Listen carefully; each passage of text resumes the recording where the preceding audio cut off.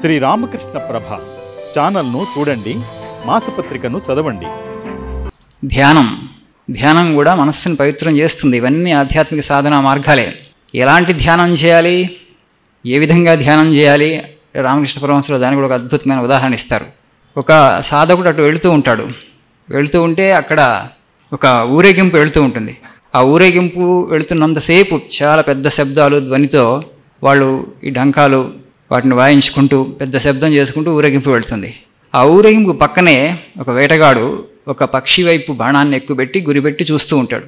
ఆ పక్షిని ఎట్లా చూస్తూ ఉంటాడంటే, ఇంత పెద్ద కోలాహలం జరుగుతున్న ఆ పక్క నుంచి వెళుతున్న ఇంత ఊరేగింపు కించిత్ కూడా మనస్సు అటు పెట్టకుండా పూర్తి దృష్టి, తదేక దృష్టి ఆ పక్షి మీద పెట్టారు.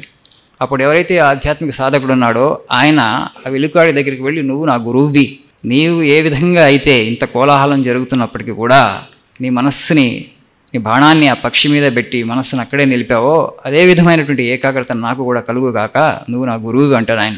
ఇట్లా ఇంకొక ఉదాహరణ ఇస్తారు రామకృష్ణ పరమహంసరావు. కొంగ కొంత దూరంలో చేపను చూసింది.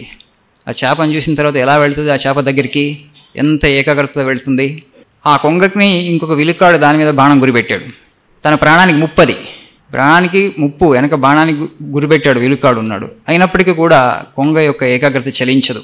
ఎందుకంటే ఆ చేపను పట్టుకోవడం దానికి అంత ఏకాగ్రత కావాలి.